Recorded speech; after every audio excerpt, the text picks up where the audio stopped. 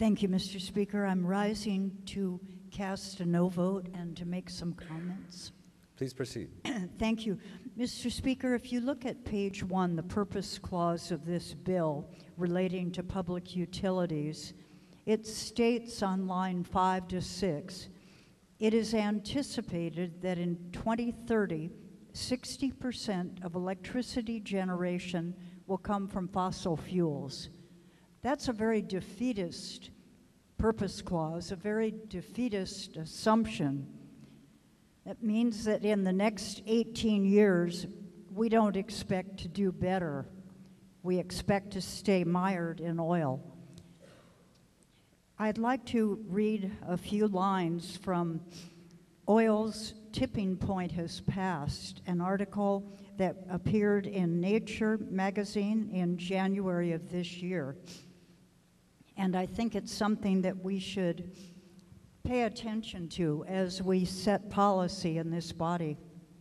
The authors, well-respected James Murray, School of Oceanography, University of Washington, Seattle, Washington, and David King, director of the Smith School of Enterprise and the Environment, University of Oxford in the United Kingdom, senior science advisor to the bank UBS, and served as chief scientific advisor to the United Kingdom government for almost a decade.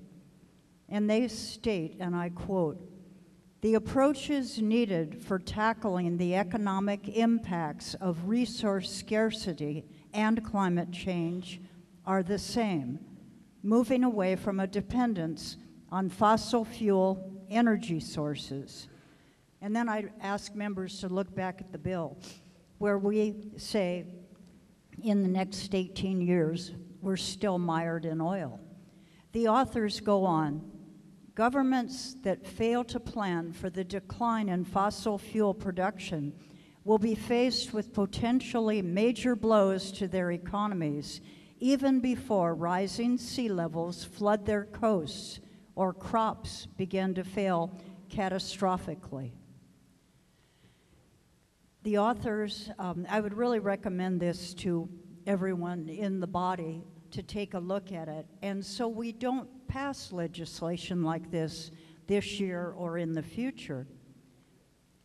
Instead, this bill should have stated to the Public Utilities Commission, do everything you can to look at renewable energy resources that are available or emerging.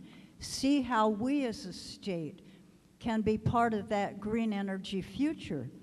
See how we as a state can provide the jobs for our young people as we develop one of the sources, which I've talked about on this floor, the ocean energy resources, where the United States Department of Energy has done a new survey stating and concluding that Oahu can obtain 3 times the amount of energy that we use and that we need.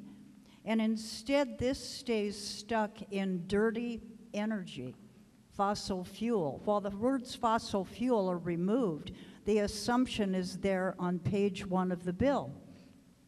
And it's the wrong way for this body to go. We're not being forward-thinking, we're being pessimistic.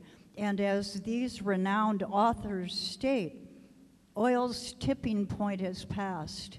For those states and those economies that don't prepare for that, we're going to have an economic downturn that's going to be devastating. And I have to also remind the members, which you are all aware of, we have a monopoly utility. That monopoly utility doesn't suffer when the cost of oil escalates, because every part of that escalation and increased cost is passed on to our consumers. This isn't the way to go, this archaic House bill, and I wish that we would rethink this. I assume it's going to pass over to the Senate. Let's hope that they will look at it more critically and say, no, we can do better than this. Thank you.